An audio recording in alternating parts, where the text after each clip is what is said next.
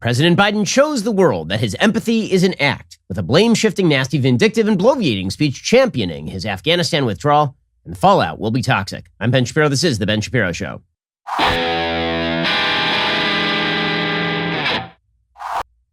Today's show is sponsored by ExpressVPN. Protect your data from big tech with VPN I trust. Visit expressvpn.com/Ben. We'll get to all the news in just one moment, and plenty of it there is. First, let me remind you that if you're a responsible adult, you need to get life insurance because you just don't know what is lurking around the corner.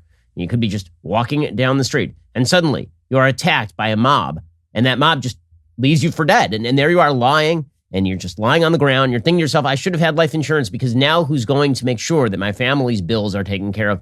This is why you need life insurance. I mean, also, we're all going to die, so you need life insurance anyway. And this is very dark early in the morning, but that's just the way that it is. You could save 50% or more on life insurance by comparing quotes with Policy Genius. Policy Genius makes it easy to compare quotes from over a dozen top insurers all in one place. Why compare? Well, you could save $1,300 or more per year on life insurance by using Policy Genius to compare policies. The licensed experts at Policy Genius work for you, not the insurance companies, so you can trust them to help you navigate every step of the shopping and buying process.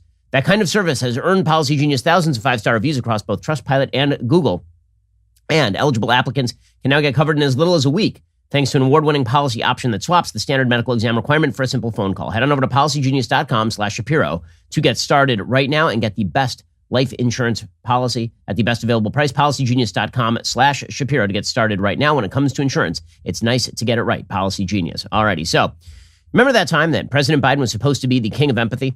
And this was his entire pitch. Sure, he's doddering. Sure, he's not coherent. Sure, he has nothing but bad ideas. And even Barack Obama once said, don't underestimate Joe Biden's capacity to F things up. But he's so empathetic. I mean, he's grandpa. He's the guy that you want in a tragic scenario to put his arm around you and really make you feel better about life. That's the guy you need, Joe Biden. It's bull. It's bull, okay? And this is becoming increasingly clear because what true empathy is about, just interpersonally, is when you don't agree with the person that you are empathizing with and when you have to take the brunt of what they are saying and just internalize it.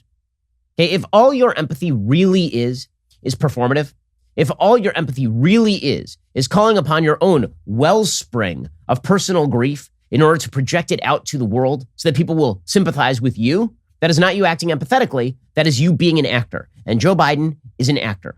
Okay, I don't know what else to tell you when it comes to his supposed compassion and his supposed empathy. What we have watched over the past several weeks is the stripping away of the veil of empathy from Joe Biden. It happened again last night. It's been happening consistently over the past several weeks. When asked tough questions about the suffering of the people being left behind in Afghanistan, when he is asked about the people who are going to be living under the Taliban and the people who are going to be murdered by the Taliban, Joe Biden has shown no empathy.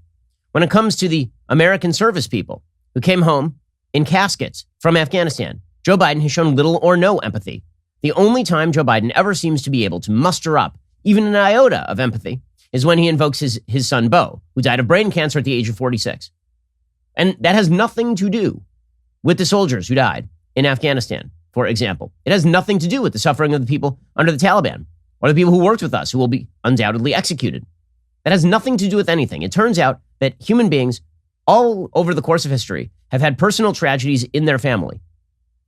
Okay, relying on that personal tragedy to suggest that you understand all grief everywhere, or that your grief is suddenly akin to the grief of others who are experiencing completely different circumstances, is quite foolish and quite empty. And yet that's what Joe Biden does on a regular basis. And I point this out only because the redeeming feature of Joe Biden, according to his greatest advocates, is this empathy. And yet it's been not only not on display over the past several weeks, it is completely absent. In fact, it's reversed. Joe Biden is not only unempathetic to people who deserve his supposed empathy, he is downright cruel to them. I give you a couple of examples to begin today, because that's really what his speech was about last night. It was about no empathy for the people left behind, no empathy for the people, the 38 million people now living under the predations of the Taliban. It was about defensive, bloviating nastiness, which really is what Joe Biden is politically. People have known this on Capitol Hill his entire career. He's a know-nothing. He has spent his entire career being wrong. And when challenged, he gets incredibly combative and grumpy and nasty to people. And you see it with the press all the time. His empathy only extends so far as it is politically useful for it to extend. That is the real story of Joe Biden politically. And it is the story of him as president of the United States at this point. His empathy extends to people who agree with him and who massage him. Okay, so a couple of examples. So you'll recall that the president of the United States went to Dover Air Force Base to greet the incoming caskets of 13 service members who were killed in Kabul, in large measure thanks to his garbage policy of allowing the Taliban to provide security for people trying to get out of the country, and also of not holding Bagram Air Base, so we had no actual security buffer. So the parents of many of these members, service members, went to Dover Air Force Base. And Biden wanted to meet with them, and so they did. Their stories are somewhat chilling on an emotional level because George W. Bush, during the Afghanistan war, during the Iraq war, he routinely used to call parents of people who had fallen, service members who had fallen, given their lives in service of country. He routinely used to go quietly to Dover Air Force Base without press coverage, without the media there snapping his photo. He used to do that and he used to take abuse from people. He used to take all the understandable emotional rage that parents were directing against him, and he used to just take it. Not so Joe Biden. So here's the account of Mark Schmitz. He's the father of Jared Schmitz, who died in this suicide bombing in Kabul, talking about his encounter with Joe Biden. Well, initially I wasn't going to meet with him, but then I felt I owed it to my son to at least have some words with him about how I felt. And it didn't go well. He talked a bit more about his own son than he did my son, and that didn't sit well with me. According to Schmitz, Joe Biden started talking about Beau, and he said, I'm not really interested in hearing about Beau right now. I want to talk about my son, since my son was the one who was just killed in the line of duty. And instead of Biden understanding that, Biden actually got angry. Instead of Biden saying, I hear you and you're right, instead, Biden got mad at him. Okay, same sort of story from Darren Hoover, the father of Marine Staff Sergeant Taylor Hoover, another fallen service member. He said that Joe Biden couldn't stop checking his watch over and over and over. In reference to the checking of his watch, that didn't happen just once. That happened on every single one that came out of that airplane. It happened on every single one of them. They would release the salute, and he looked down at his watch on every last one, all 13. He looked down at his watch. Schmitz seconded that motion. The other father, he said, I actually leaned into my son's mother's ear and I said, I swear to God, if he checks his watch one more time. And that was only 4 times in. I couldn't look at him anymore after that, considering especially the time and why we were there. I found it to be the most disrespectful thing I've ever seen. Jen Psaki, by the way, dodged when asked about whether Biden was looking at his watch. She was asked directly about this yesterday. Here was the press secretary of the United States, who essentially has become Joe Biden's night nurse. Every evening, Joe Biden does something to crap the bed, and then every morning, Jen Psaki comes in and has to clean it up. Here she was trying to dodge the question about whether Joe Biden was checking his watch. Let's just remember for a second that if Donald Trump had done this, if he had gone to a ceremony for fallen service members with the caskets coming off the plane and he had been checking his watch, can you imagine the outcry and the justified uproar? Here's Jen Psaki. Is the president looking at his watch, and does he have a message to those people who felt that they were offended? Well, I would say his message to all of the family members who were there, those who were not even in attendance, is that he is grateful to their sons and daughters, the sacrifice they made to the country, that he knows firsthand what it's like to lose a child, and the fact that no one can tell you anything or say anything, or there's no words that are going to fill that hole that is left by that. Okay, so they're just going to say empty words about all of this. And this is what Joe Biden does all the time, right? Something bad happens, and then he talks about what it feels like to be in grief, as though somehow this is supposed to make him empathetic. He's going to talk about his own pain, and this makes him empathetic. No. Talking about somebody else's pain makes you empathetic. Talking about your own pain, especially as a politician, makes you selfish, and it makes you unlikable, and it makes you a user, which is what Joe Biden is. Let it not be said that his Afghanistan policy is rooted in any sort of empathy. It's certainly not rooted in strength or in decency. But the pitch, again, is that no matter what, Joe Biden is well-intentioned and empathetic. That is just not true. We'll get to more of this in just one second. First, let us talk about the simple fact that you don't want to go to the auto parts store. Why would you? Would you want to stand in line for a long time and then get to the front and then finally they ask you a bunch of details about the car? You answer them and then they're like, yeah, bro, we're going to order it online and then we'll upcharge you. Show up in 2 weeks. No.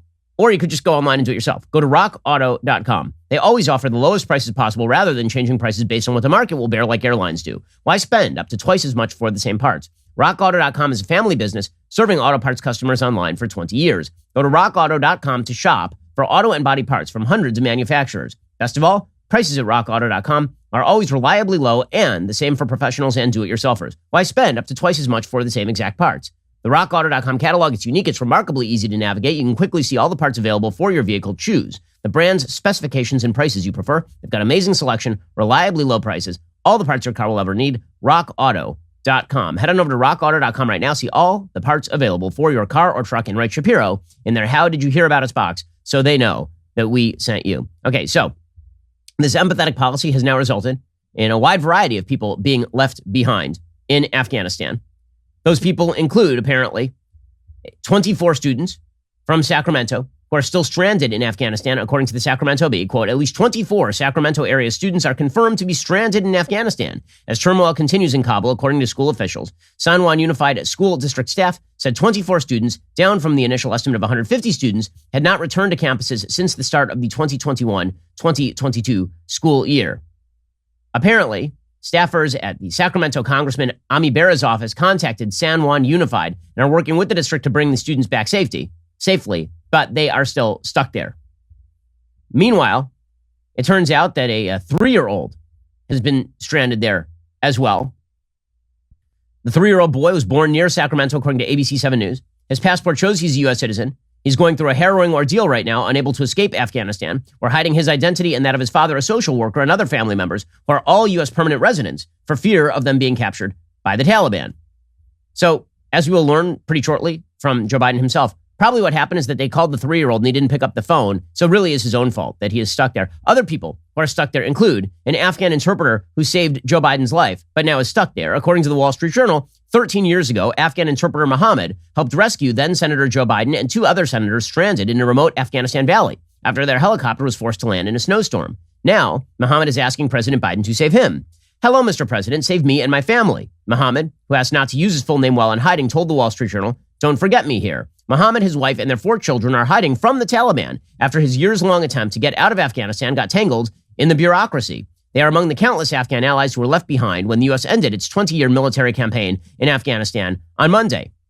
Asked about this, Jen Psaki thanked the interpreter for his service and said the U.S. remains committed to getting Afghan allies out of the country. Yes, I'm sure. I am sure. Meanwhile, the State Department is telling people, just keep a low profile.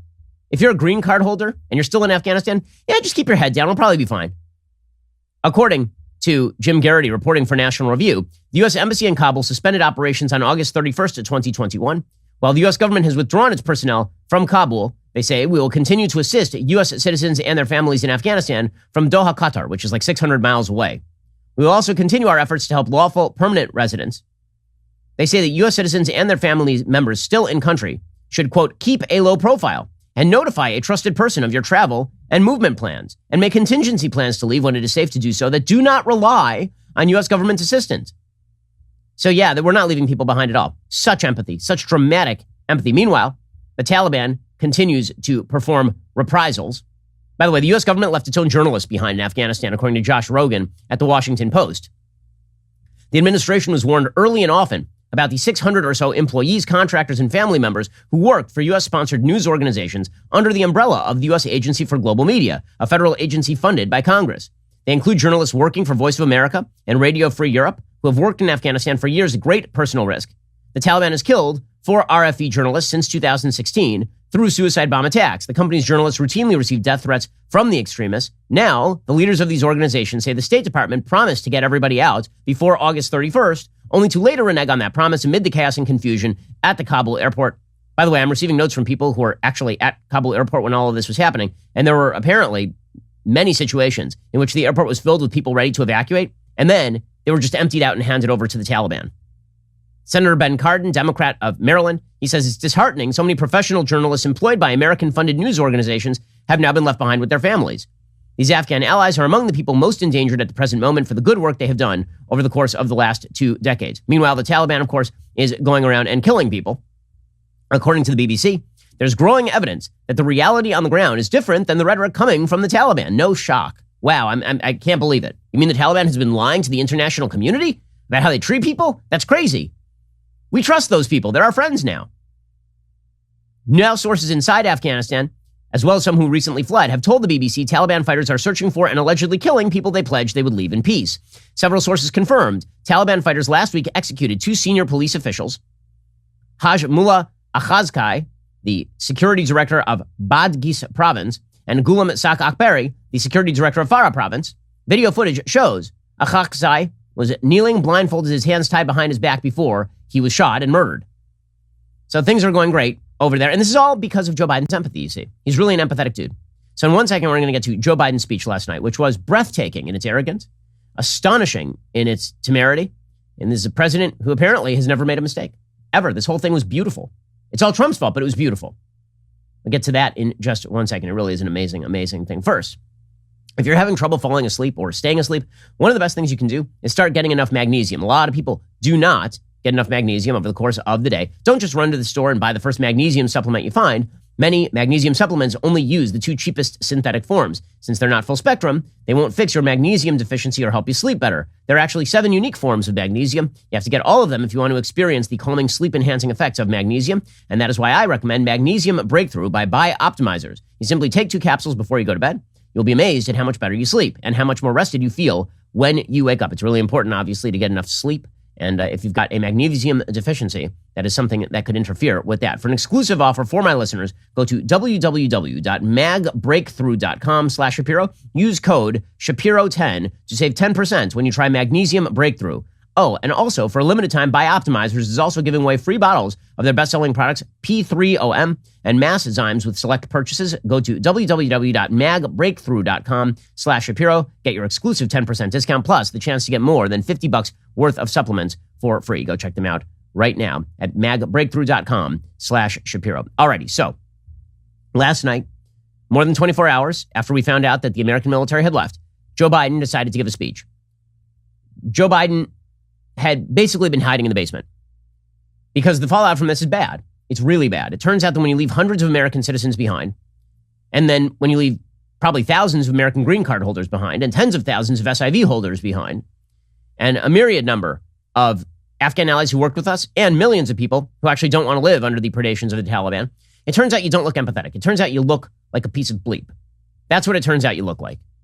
And when you do so, in absolutely cowardly fashion, refusing to answer questions from the press, giving mush-mouthed statements every couple of days, lying overtly throughout the entire process, talking about how everybody will get out, talking about how we're going to stay long enough to get everybody out, talking about how every contingency here was planned. It turns out people don't like you. It turns out they think that your empathy is merely an act at that point. And they are right. And you can see this in Joe Biden's poll numbers, which have now sunk into the low 40s. And after being dead solid at 50% his entire presidency, he is now down to about 40, 41% in a lot of these polls. And falling fast. Because he is not competent, and he is not capable, and he is not the quote-unquote empathetic grandfather figure that so many people thought they were electing. That is the takeaway. So Joe Biden goes into hiding yesterday. He doesn't come out. He has his Secretary of State, Tony Blinken, give a full, ridiculous speech in which he looked like he was delivering a hostage video. He's looking slightly off camera at his cue cards. You had the CENTCOM commander, Kenneth McKenzie, go out there and humiliate himself by saying a bunch of stuff like the Taliban are now our best friends and we handled this beautifully. And finally, Joe Biden emerges after delaying his speech, right? He was supposed to give his speech yesterday about 1:30 Eastern time, and then it was about 2:45 Eastern time he was supposed to speak, and then finally he came out after 3 o'clock, which is his normal way. I don't know what's going on behind the scenes over there, but they have not hit a time for him to, like, they're much better about hitting timelines in coordination with the Taliban than they are with actually keeping their schedule with regard to the press. Right? They routinely call a time when he's going to speak to the press, and then they just kind of blow right through it. So finally, he emerges, and he proceeds to give a 30-minute diatribe. And it really was a diatribe. He is angry. He is grumpy. He's pissed off that you've questioned his obviously wonderful strategy. He blames every single person but himself. He has done everything absolutely perfectly. This thin-skinned buffoon. Everything he has done here was was part of the plan, except when it wasn't part of the plan. And if it wasn't part of the plan, that's everybody else's fault but his. Joe Biden has said repeatedly the buck stops with him. The American public are holding him to that right now. But he doesn't want to be held to that. He's lying. He wants the buck to stop with Trump. He wants the buck to stop with the Afghan military. He wants the buck to stop with his own military commanders. He is hiding behind everybody for the one decision that he made and only he made, which was pull out right now, damn the consequences. Right? Everybody else is to blame. Everybody. The people who are stuck in Afghanistan are to blame. They're the ones. They should have just gotten out earlier, obviously. The president of the United States is a pathetic spectacle at this point in time. And once again, the key to all of this is understanding that it has utterly undercut his image of himself and his image on the world stage. Not because everyone thought he was an expert. Not because everybody thought that he was fluent in foreign policy. That was a creation of the press. It was always a myth.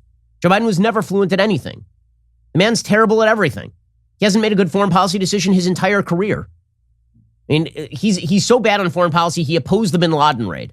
Now, of course, he uses the bin Laden raid as an excuse to get out of Afghanistan, but he opposed it at the time. No one was if you had watched Joe Biden his entire career, no one was under the impression that this guy was any sort of Einstein. I mean, the guy wasn't even a sixth grade science student. Joe Biden has always been horrific in terms of policy. Okay, but the one thing that was said for him, and this was, again, his entire pitch against Donald Trump, his entire pitch, it was not my policy is going to be better than Trump, because his policies were not going to be better than Trump. Polls showed Americans actually liked Trump's policies better than Biden's. His entire pitch throughout 2020 is, I am a nice person. I am an empathetic person. I am a person who cares. Donald Trump, the cruelty is the point, as Adam Silver famously said. The cruelty is the point with Trump. But I, Joe Biden, I am the repository of all good, humane, compassionate feeling. That has been completely exploded over the course of the last 4 weeks. He ain't getting that back. The impression that Joe Biden is somebody who cares deeply about America, about American citizens, that this is somebody who, you know how many times over the course of his campaign, he tweeted that he's going to build a society where we leave no one behind. And now he is physically leaving behind Americans with the worst people on earth, the Taliban. And actually, I should say like the second or third worst people on earth, because actually the Taliban is not even as bad as Al-Qaeda or ISIS, which the Taliban is currently hosting. Right? This is a guy who posed as he was going to unify America around solidarity. And instead, he has been divisive. Instead, he has been awful. And again, his compassion only extends as far as the front of his face. That is it. It extends as far as a mirror. Joe Biden is compassionate to one person and one person only, Joe Biden, which is why when he speaks about grief, he doesn't speak about anybody else's grief. He speaks about his own personal experiences of suffering and grief. He did it again in his speech last night. So, yeah, take that for what you will. But if a politician has one pitch, and the pitch ain't competence, and the pitch is not coherence, the pitch is, I'm a nice person, and then that falls apart, you have to ask yourself, what exactly is his pitch for staying president at this point? What is the pitch? And the answer is, there is no pitch. He proved that last night in extremis. It's pretty amazing. We'll get to that in just 1 second. First, if you've not refinanced your mortgage in the recent past, or if you are looking at refinancing your mortgage right now, you really should check out my friends at American Financing, America's home for home loans. Now is a great time to refi because the fact of the matter is that you could spend a few hours over the weekend and save yourself over $12,000 a year, right? Just prep that mortgage refi at American Financing. That's a lot of money, $12,000 a year. It's an opportunity that currently exists when you refinance that mortgage with American Financing. Talk with an expert mortgage consultant. Learn about custom loans that might fit your budget better. No pressure, no obligation, no upfront or hidden fees. Just a simple conversation around ways you can save up to $1,000 a month. It only takes a 10-minute call to get started. So what exactly are you waiting for? Pre-qualify for free at 866-721-3300. That is 866-721-3300. Or apply online at americanfinancing.net. NMLS 182334, NMLSconsumeraccess.org. Again, check them out right now at AmericanFinancing.net. It's 866-721-3300, 866-721-3300, or AmericanFinancing.net to get that home refi started. Okay, so as I've mentioned before, when it comes to politicians, I don't think that you should look to them for empathy. I don't think policy should be rooted in empathy. I think it should be rooted in what is the most practical, what is the most practicable, and what is most in America's interest. But Joe Biden doesn't believe that. Joe Biden believes the policy should be rooted in empathy. So if he is unempathetic, he has nothing else to back his policy because his policy is obviously not pragmatic. His policy is obviously not effective. It is not useful. And so he is left spinning in circles. And that's what we saw last night. So the president toddles out to the microphone and he proceeds to declare that what he has done is triumphant. He's triumphant about all of this. And we've been giving you the updates. I mean, we gave tens of billions of dollars in American military equipment to the Taliban. We've got thousands of Americans and American green card holders who are stranded behind enemy lines. We have China and Russia on the move. Quick note, yesterday the Taliban were not apparently hanging somebody from a helicopter. It was just somebody taking a joyride beneath the helicopter. We'll wait for a couple of weeks for them to actually hang people beneath the helicopters. In any case, here was Joe Biden yesterday beginning with a triumphal announcement of what Joe Biden, had done. Last night in Kabul, the United States ended 20 years of war in Afghanistan, the longest war in American history. We completed one of the biggest airlifts in history, with more than 120,000 people evacuated to safety. That number is more than double what most experts thought were possible. No nation has ever done anything like it in all of history. That's how good this was. It was a historic win for the United States to turn over the country back to the people who committed 9/11 or provided cover for those people.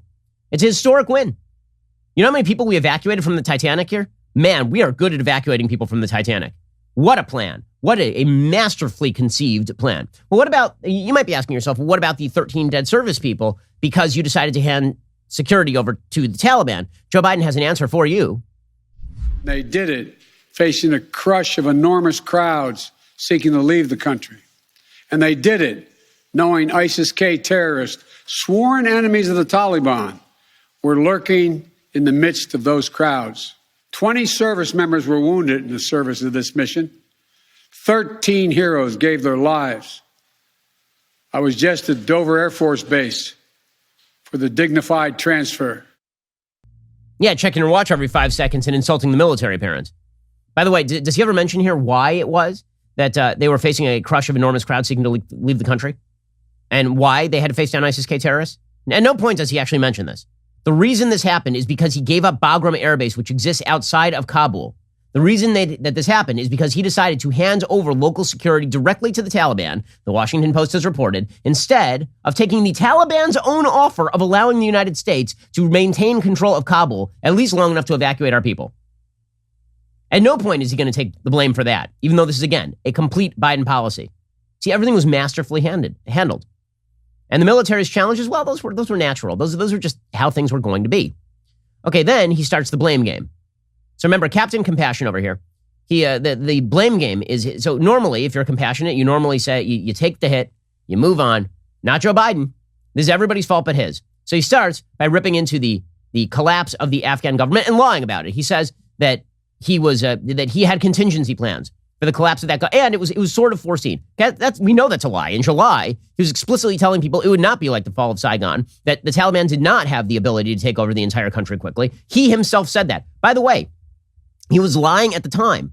There's another story from the Daily Mail today, July 23rd, that Biden actually called the now departed Afghan president, Ashraf Ghani, and he saw that the Taliban had been making gains. And he asked Ghani to lie about it.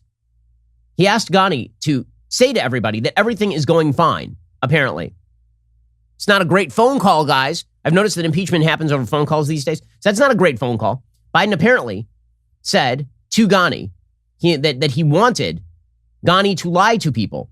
He said, quote, "I need not tell you the perception around the world and in parts of Afghanistan is things are not going well in terms of the fight against the Taliban. There is a need, whether it is true or not, there is a need to project a different picture." Okay, so he knew things were going badly, and he told Ghani to lie about it.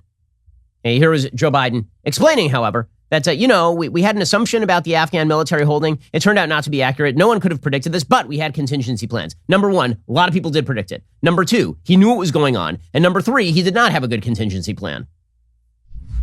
That assumption that the Afghan government would be able to hold on for a period of time beyond military drawdown turned out not to be accurate. But I still instructed our national security team to prepare for every eventuality, even that one. And that's what we did. They did. They prepared for every eventuality. So many eventualities. Now, who are you going to believe? Joe Biden or your own eyes? Clearly, they did not prepare for these eventualities. Right? Clearly, he was putting artificial constraints on his own military. I mean, Mark Milley said as much. He said, we were told that we could have 600 to 700 troops. If, by the way, their contingency plans had been so excellent, why did we have to reinsert thousands of troops on the ground in order to effectuate this evacuation? And if they were such a great contingency, why are there still literally tens of thousands of people we made promises to still stuck there? Okay, so he continues along these lines. We made contingency plans. This was so incoherent. On the one hand, it's the Afghan military's fault. On the other hand, we made contingency plans. On the one hand, it's Trump's fault. On the other hand, I deserve all the credit. Like, he was all over the place because when you don't have an actual defense, you just have to throw at the wall. And that's what Joe Biden is doing right here. Okay, so he continues along these lines. So we were ready when the Afghan security forces, after 2 decades of fighting for their country and losing thousands of their own, did not hold on as long as anyone expected. We were ready when they and the people of Afghanistan watched their own government collapse and their president flee amid the corruption and malfeasance, handing over the country to their enemy, the Taliban, and significantly increasing the risk to U.S. personnel and our allies. Okay, so again, everybody's to blame. It was all part of the plan, but the Afghan military completely collapsed, and that's because they're corrupt and terrible. So I just have a question for Joe Biden. At any point here, are you going to mention the fact that you completely withdrew close air support as well as all American military contractors from Afghanistan and destroyed the military from the within and announced that we were going to leave? At any point? No, of course not. Okay, but don't worry. According to Joe Biden, there was not only a plan to deal with the complete collapse of the country, there was an excellent plan for the evacuation, which doesn't explain why we have all these people still stuck on the ground over there and no personnel. But according to Joe Biden, all part of the plan. And you have to be a moron to believe him. You really do. You have to be a clinically stupid person in order to believe this stuff. Here is Joe Biden talking about the wonders of his plan. As a result, to safely extract American citizens before August 31st, as well as embassy personnel, allies and partners, and those Afghans who had worked with us and fought alongside of us for 20 years, I had authorized 6,000 troops, American troops, to Kabul to help secure the airport. As General McKenzie said, this is the way the mission was designed. It was designed to operate under severe stress and attack, and that's what it did. Okay, so if you designed the mission, then who's to blame for leaving the Taliban in control of security and getting 13 American service members killed? Well, it's either your plan or it ain't your plan. Which is it?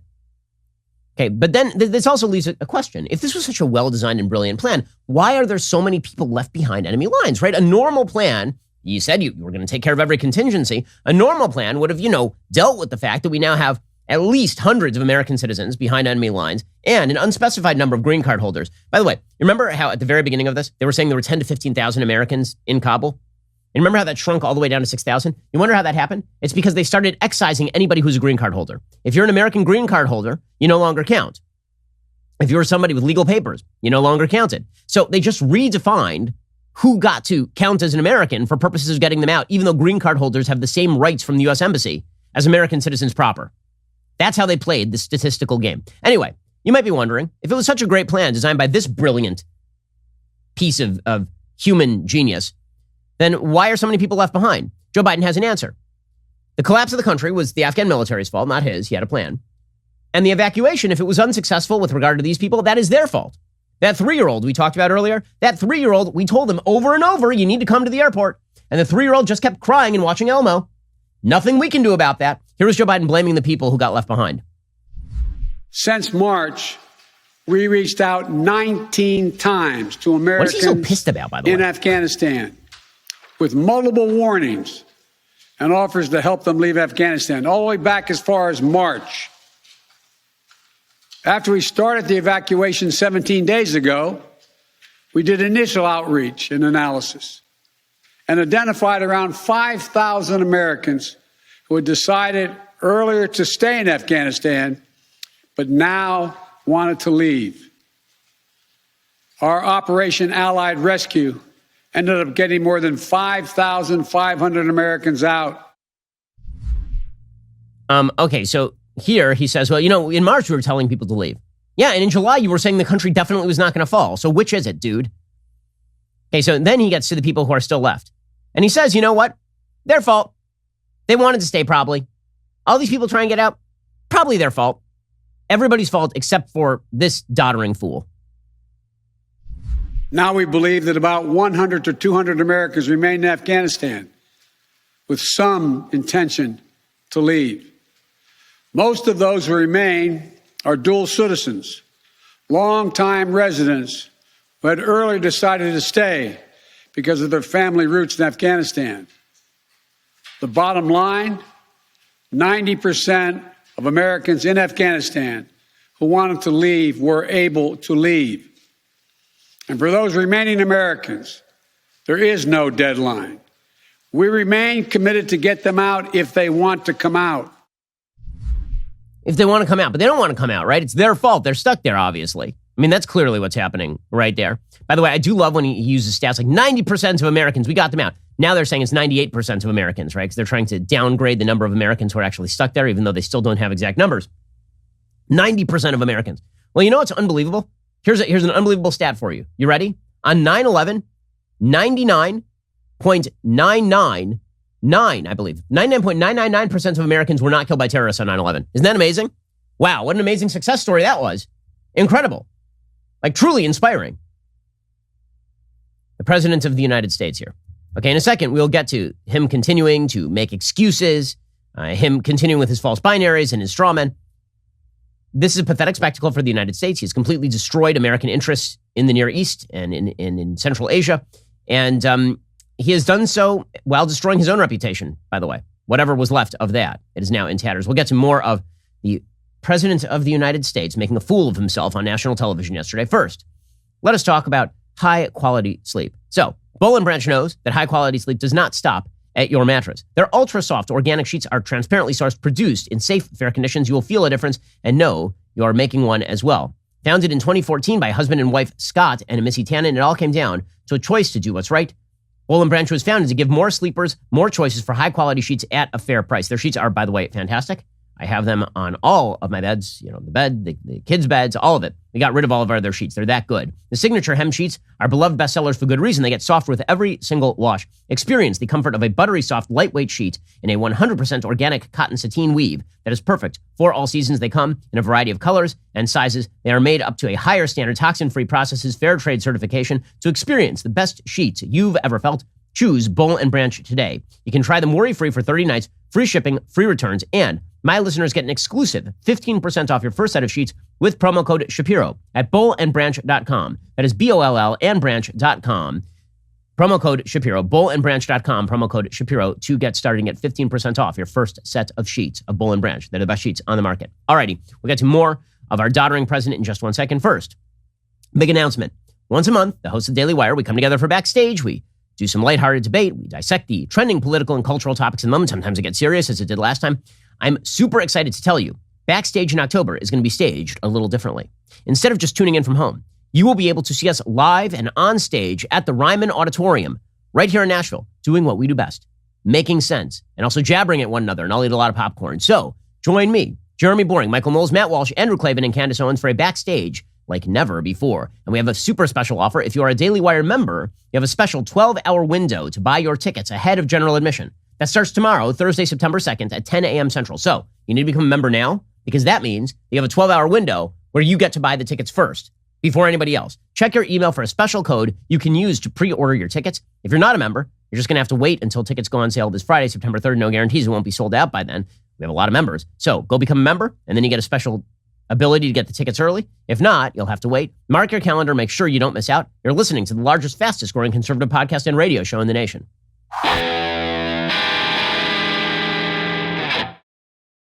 Alrighty, so Joe Biden continues along these lines. He has to find more people to blame, right? So he has already blamed the Afghan National Army. He's blamed the Afghan government. He's blamed the Americans themselves for being stuck in Kabul. And now he is going to blame everybody who doesn't trust the Taliban. Right? We really should trust the Taliban. It's very important to trust the Taliban. You might be wondering, okay, fine. So you're blaming the Americans who are left behind, but what are you going to do about them? Joe Biden's answer is we're going to trust the international community and the Taliban. What a joke this human being is. Just yesterday, the United Nations Security Council passed a resolution that send a clear message about what the international community expects the Taliban to deliver on moving forward, notably freedom of travel, freedom to leave. And together, we are joined by over 100 countries that are determined to make sure the Taliban upholds those commitments. Those countries do not include Russia or China, as I have noted, but nobody else seems to care. And you're asking yourself now, why would we trust the Taliban? Why? And Joe Biden says, well, they did make public comments. And I mean, there's one thing that's clear. The Taliban are people who keep their word. They would never lie about anything. And if they do lie, man, we will punish them using this fluffy bunny right here. We will threaten to withhold this fluffy bunny. We have made it with our own American hands, this fluffy bunny. And we will not give it to them if they do not let the Americans out. Or alternatively, we'll just send them bags of cash. Here's the President of the United States talking about why we can rely on the Taliban. The Taliban has made public commitments, broadcast on television and radio across Afghanistan, on safe passage for anyone wanting to leave, including those who worked alongside Americans. We don't take them by their word alone, but by their actions. And we have leverage to make sure those commitments are met. The leverage comes in the form of our massive military power we just withdrew, and also the incredible leverage we have over the money that we hold. You know, we have capacity to hold their bank accounts, and we can totally withhold those bank accounts if they they have American citizens over there. So yeah, we are kind of going to do whatever they want to do. Okay, then Joe Biden had to spread the blame around because it turns out that no matter how much horse manure he tries to turn into gold, it's still horse manure, so he's got to spread it around, right? Everybody's got to get dirty. So again, just to recap, the people who are to blame are Americans stuck in Kabul, the Afghan National Army, as we'll see, he's going to get to Trump next, and then he's going to get to his own military commanders. Everyone is to blame except for the only one who made the call, this jackass. And so here he was going after Donald Trump. Let me be clear. Leaving August the 31st is not due to an arbitrary deadline. It was designed to save American lives. My predecessor, the former president, signed an agreement with the Taliban to remove U.S. troops by May the 1st, just months after I was inaugurated. The previous administration's agreement said that if we stuck to the May 1st deadline that they had signed on to leave by, the Taliban wouldn't attack any American forces. But if we stayed, all bets were off. He continued along these lines, and then he laid out the false binary. Either we left in ignominious defeat and left a bunch of Americans behind and rushed out of there, based on a deadline set by only one person, Joe Biden, or we were going to have to go to total cataclysmic war. There's no evidence to suggest this is the case. He's just pulling this directly out of his ass. This is the same exact sort of logic that was used with regard to Barack Obama's Iran deal, which was there are only two choices: nuclear annihilation with Iran or this crappy deal I bring you, right? Joe Biden is doing the same thing here. Our only two options were not to maintain the status quo with every so often a ratchet up of troops, a ratchet down of troops. No, there are only two options: either complete pullout or complete utter warfare. Tens of thousands of Americans dead in the streets. It's just nonsense. It's just nonsense. But again, this is his shtick. So we're left with a simple decision. Either follow through on the commitment made by the last administration and leave Afghanistan, or say we weren't leaving and commit another tens of thousands more troops going back to war. That was the choice, the real choice, between leaving or escalating. I was not going to extend this forever war, and I was not extending a forever exit. Okay, that one is going to come back to bite him. I was not extending a forever exit because I promise you, we're going to be carrying out operations in Afghanistan for some time to come if he plans on keeping any of his commitments. The only way that the quote-unquote forever exit is over is if he really does mean to abandon all of these people. Okay, so he wasn't done spreading the blame. So it's Trump's fault, even though, again, the Trump deal with the Taliban was conditional. And I was not a fan of the Trump deal with the Taliban. I thought it was crappy at the time. I spoke out about it at the time. I think that there are a bunch of things that the Trump administration did with the Taliban that were frankly unconscionable. I think the release of 5,000 prisoners at the behest of the Taliban was insane and ridiculous and unrooted, unmoored from reality. But there's only one person who decided to surrender the country in its totality. That's Joe Biden. By the way, Joe Biden blaming Trump is kind of amazing, considering last week he said himself, no matter what Trump had done, he would have done this. Once again, Joe Biden speaking out of both sides of his mouth, but that may just be because he has lost all elasticity in his face at this point. In any case, Joe Biden then decided it's not enough to blame Trump. He's also going to blame his own military advisors. If you're blaming me, blame the military too. What a man he is, standing for his own strategy and his own plan, standing for his principles this way. What a brilliant orator and an incredible leader. Here he is just crapping all over his own military advisors. The decision to end the military airlift operations at Kabul airport was based on the unanimous recommendation of my civilian and military advisors, the Secretary of State, the Secretary of Defense, the Chairman of the Joint Chiefs of Staff, and all the service chiefs, and the commanders in the field. Nope. Maybe based on the artificial conditions you put on them. But I love how it's everybody else advised him to do this, you see. It really wasn't his call. It was his call because he's so smart and because it was such a great move. But also, it was Trump's fault and the Afghan military's fault and the Americans stuck in Afghanistan's fault, and his commanders told him to do it. So really, the buck stops with all of them, unless you like the decision, in which case the buck stops with Biden. Captain Empathy over here. So empathetic. And then he says, and now join me in grateful prayer to me, since I'm the one who made the decision. For now, I urge all Americans to join me in grateful prayer for our troops and diplomats and intelligence officers who carried out this mission of mercy in Kabul and at tremendous risk with such unparalleled results. When he says, I want you to give a prayer for the troops and diplomats and intelligence officers, what he really means, and we all know it, is I wish for you to give a grateful prayer to me. I'm the master of this policy. I was the creator of this policy, unless you don't like it, in which case it was really everybody else. But it was so brilliant and so well done. I mean, it kind of failed, but true.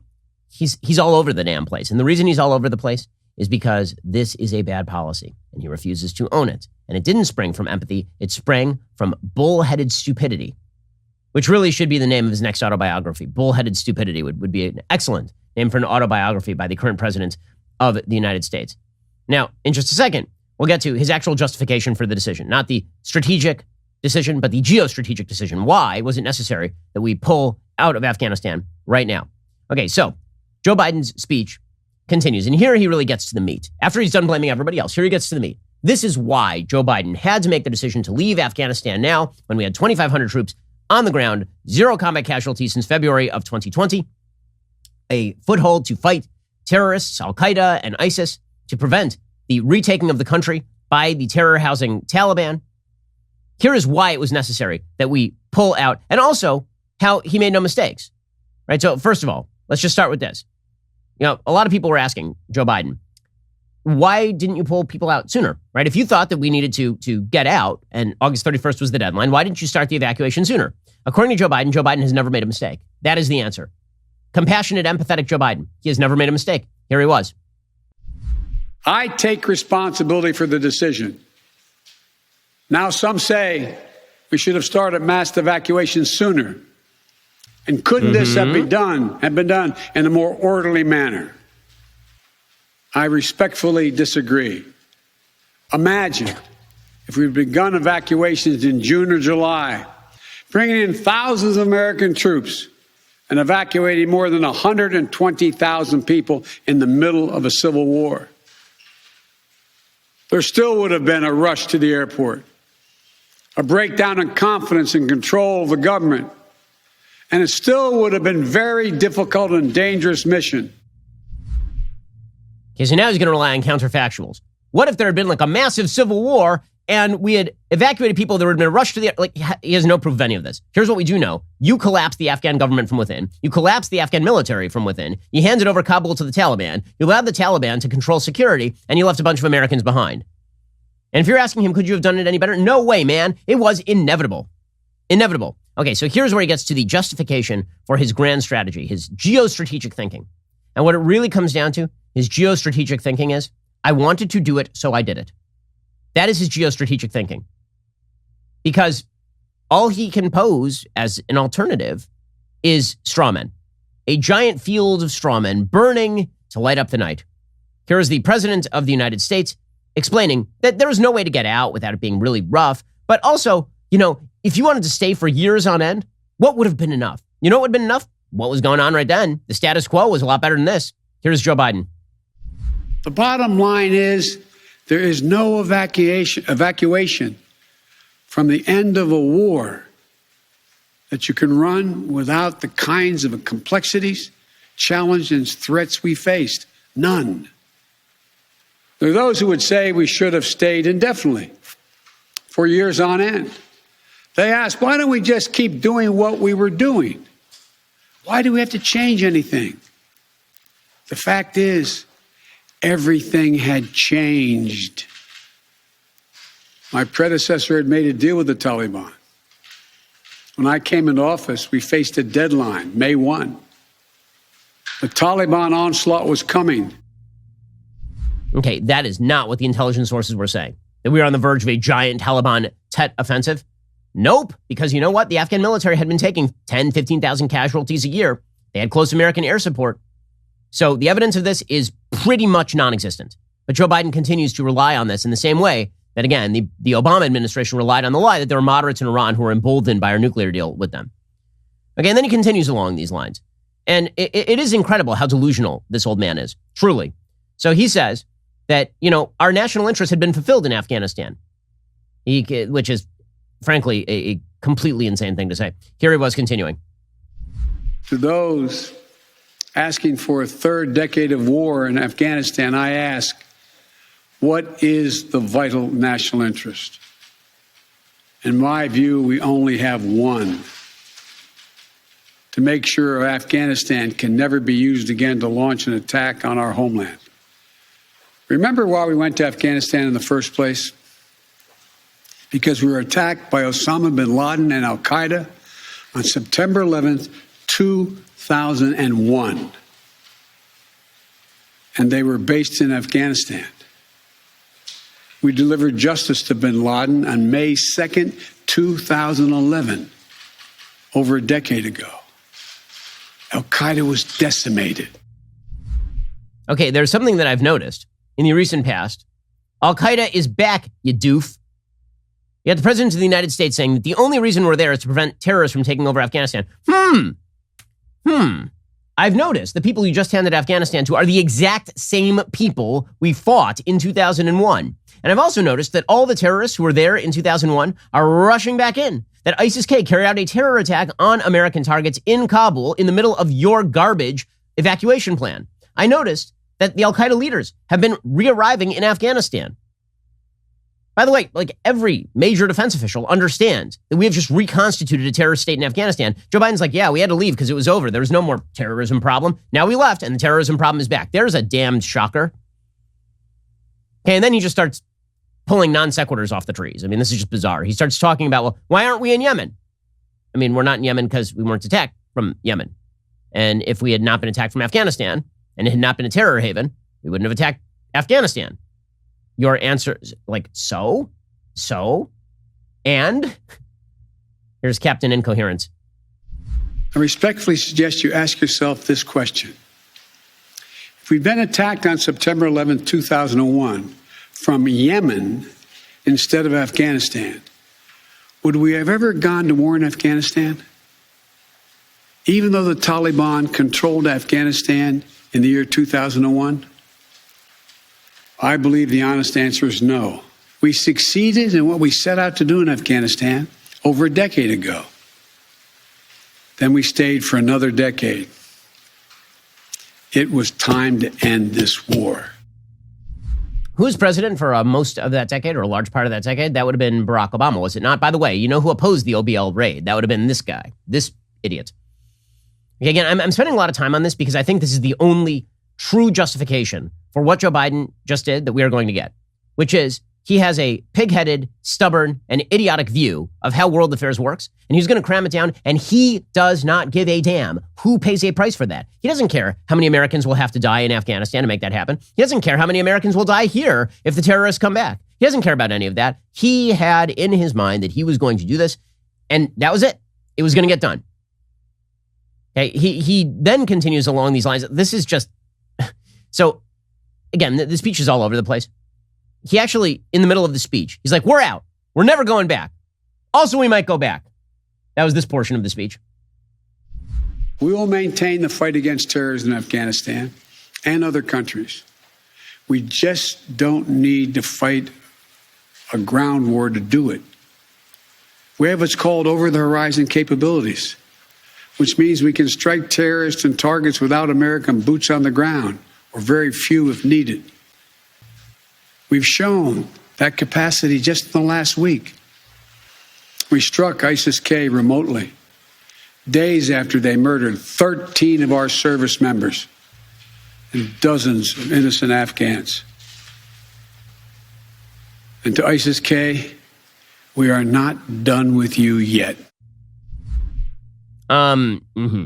So I noticed that one of those really, really great drone strikes may have killed an entire family. And that might be because we didn't have eyes on the ground and we were relying on the Taliban to do our spotting for us. Maybe that was part of the problem. Also, it turns out that launching a drone attack from 6 hours away in Qatar is not exactly the same as having close air support with Americans on the ground and American contractors on the ground and American allies on the ground. Afghanistan is going to turn back into the black box that it was in 2001. And it's going to be Joe Biden's fault. But I am enjoying the irony of Joe Biden saying, we've withdrawn. It's over. And also, we're going to fight you to the ends of the earth, ISIS-K. Alrighty. Then he continues and he says, you know what? The really important thing is that in withdrawing from Afghanistan, we've done severe damage to China and Russia. This may be the most delusional thing in the speech, and this is a speech filled with delusion. It's a speech filled with crazy. He says, China and Russia, they wanted us to stay in Afghanistan. Really? Because they seem pretty enthusiastic about us leaving. The UN Security Council resolution calling for free travel was not joined by China and Russia because they're like, yeah, man, U.S. is out. Let's make friends with the Taliban. We got some rare earth minerals. They're providing us another Belt and Road target. They humiliated the Americans. We're up for this. And Joe Biden's like, you know who's really upset today? The Russians and the Chinese. And Vladimir Putin is sitting up in his Bond villain mansion going, ah, ha, ha, ha. Here is Joe Biden, idiot. And here's a critical thing to understand. The world is changing. We're engaged in a serious competition with China. And there's nothing China or Russia would rather have, would want more in this competition in the United States to be bogged down another decade in Afghanistan. So that's exactly what China and Russia wanted, was for us to stay. Weird, because they're pretty happy that we left. Okay, finally, Joe Biden gets to the sort of Biden doctrine. Okay, the problem is that he's lying. So he says that there are only two principles that should guide American foreign policy. And it is difficult to argue with these two principles. The problem is that Joe Biden doesn't actually hold by any of these principles. Here we go. As we turn the page on the foreign policy that has guided our nation the last 2 decades, we've got to learn from our mistakes. To me, there are two that are paramount. First, we must set missions with clear, achievable goals, not ones we'll never reach. And second, we must stay clearly focused on the fundamental national security interest of the United States of America. Okay, so a couple of things here. One, he says we have to set missions with clear, achievable goals. I've noticed that you have been saying that equity should be the guiding principle of all American domestic policy. Also, you want to sign on to climate change agreements that have no clear, definable goals, end dates, or actual strategies involved. And also, you say that you want to stay clearly focused on the fundamental national security interest of the United States. Would that involve handing over Afghanistan to the Taliban and the Chinese, or would it not? What do you define as the clear national security interest of the United States? The reality is Joe Biden's actual policy is weakness at home and bloated weakness abroad and bloated incompetence at home. That's the actual Biden doctrine. Surrender abroad and then get fat and suicidal at home. That's the plan for Joe Biden. And he sets up a couple more straw men here. He talks about how we're ending an era of major military operations to remake other countries. And then he says, don't worry, we're still going to be at war with terrorists. So again, it's this incoherent back and forth.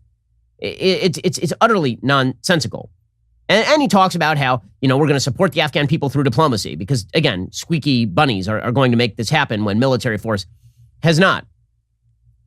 But perhaps the most galling line in all of this, he talks about the spending in Afghanistan. Understand, this is coming from a president who has proposed $10 to $12 trillion in new spending in the United States. To be cleared this year. That's what he has proposed. He's seeking to pass a $3.5 trillion budget right now, on top of a $1.1 trillion infrastructure plan, on top of a $2 trillion stimulus plan earlier this year. But he's really upset about spending, guys. This guy is a fiscal hawk, Joe Biden. After more than $2 trillion spent in Afghanistan, a cost that researchers at Brown University estimated would be over $300 million a day for 20 years in Afghanistan, for 2 decades. Yes, the American people should hear this. $300 million a day for 2 decades.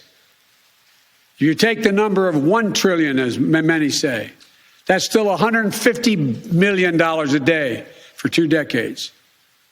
And what have we lost as a consequence in terms of opportunities? I mean, that's an enormous amount of spending, like $300 million a day for 2 decades. That $2 trillion spent over the course of 20 years, that's a lot of money. And it is a lot of money. It also happens to be a fraction of what he has proposed to spend this year alone. Fiscal hawk Joe Biden coming in from the sidelines here. Okay, he concludes his little speech, of course, with a reference to Beau. Because after all, it's all about the empathy, guy. Everybody else is to blame. We're leaving people behind. People can get slaughtered in the streets. It's about the empathy. And how do you know he's empathetic? Because his son died. That's how you know that Joe Biden is empathetic. Because how many times can he lean on a tragic story, and it is a tragic story, in order to show that he's empathetic? At a certain point, when you just keep invoking your dead child in order to get past political hurdles, it seems opportunistic and gross. We passed that point long ago with Joe Biden, a long time ago. Here he was invoking Beau Biden, who did not die in combat. Beau Biden, who died at the age of 46 tragically from brain cancer. And Joe Biden's had plenty of tragedy in his life, right? He lost his first wife and his baby daughter in a car crash. The man's there's no question. But what does that have to do, as they say, with the price of tea in China? It has nothing to do with anything. When in doubt, Joe Biden goes to my son died of brain cancer, and so you should feel bad for me. Well, guess what? I don't feel bad for the president of the United States. He's the decision maker. His decision making is garbage. He deserves all of the blame. He deserves all of the blowback. And inevitably, when the consequences of this will be felt for decades. As those consequences become clear, he ain't going to be able to rely on the fact that people feel bad for him because of what happened to his son to get him out of it. Here is Joe Biden invoking Beau cynically. I mean, just cynically. We've been a nation too long at war. If you're 20 years old today, you've never known an America at peace. So when I hear that we could have, should have continued the so-called low-grade effort in Afghanistan at low risk to our service members, at low cost, I don't think enough people understand how much we've asked of the 1% of this country who put that uniform on, willing to put their lives on the line in defense of our nation. Maybe it's because my deceased son, Beau, served in Iraq for a full year. Oh, he's going to bring out Beau here.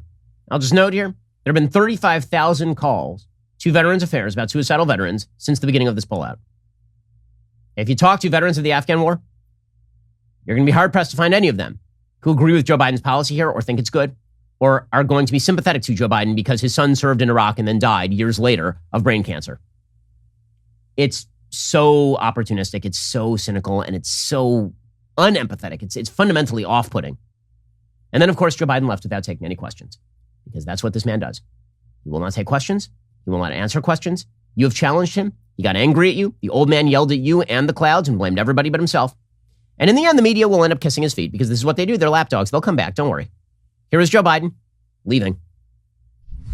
Thank you, and may God bless you all, and may God protect our troops. Troops, by the way, that he refused to protect. You think he's going to come back and answer a question? Nope. He forgot his mask. So he came back for that. What a grand and glorious president we have right now. Well, the media is already rushing to Joe Biden's defense. I already have some members of the media who are doing it. Naturally, you have people like Chris Cuomo, who's tweeting out in defense. I mean, he can't find a despicable human being he won't defend, Chris Cuomo. He tweeted out, Trump handed the keys to a bunch of barbarians. Biden extended months from this original date. Biden didn't play cards well enough, but he was given a bad hand from Trump. None of these angry patriots on the right were as bothered then as they are now. Wonder why? Well, because this hadn't materialized then. Some of us were not happy with the Taliban negotiations, right? I was pretty clear about that at the time. Go back and listen. But Chris Cuomo coming out in strong defense of Biden is the most predictable move of the day. Meanwhile, MSNBC's Rick Stengel was out there defending the president along the most bizarre lines. Here was Rick Stengel defending Joe Biden. Here's a disastrous withdrawal. When the British left Afghanistan in 1842, 4,500 troops left Kabul, and one Englishman 11 days later arrived in Jalalabad. That was a disastrous evacuation. Here's another one. When the British left India in 1947, 1948, just pulled out, over the next few years, 2 million people died as that country was divided in half.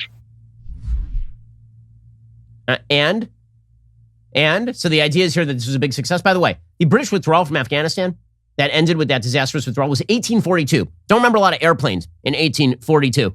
These are the geniuses in the media coming to the defense of Joe Biden, like the good little lapdogs they are. NBC News doing it too. They tweeted out earlier today that, the real problem here is, of course, you wait for it, Republicans weaponizing it. It's that Republicans have kept weaponizing this thing. NBC News actually had the temerity to tweet that out. Quote, Republicans are wielding the issue as a political weapon against President Biden in the hope it will damage the Democratic Party and help them recapture control of Congress. But will Afghanistan matter to voters? Experts doubt it.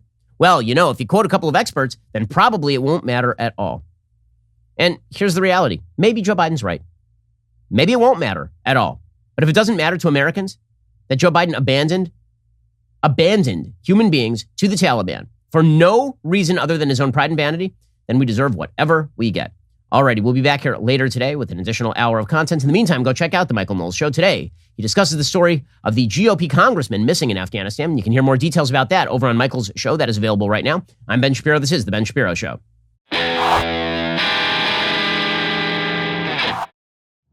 The Ben Shapiro Show is produced by Elliot Feld. Executive producer, Jeremy Boring. Our supervising producer is Mathis Glover. Production manager, Pavel Wydowski. Associate producer, Bradford Carrington. Host producer, Justin Barber. The show is edited by Adam Sayevitz. Audio is mixed by Mike Coromina. Hair and makeup is by Fabiola Cristina. Production assistant, Jessica Kranz. The Ben Shapiro Show is a Daily Wire production. Copyright, Daily Wire 2021.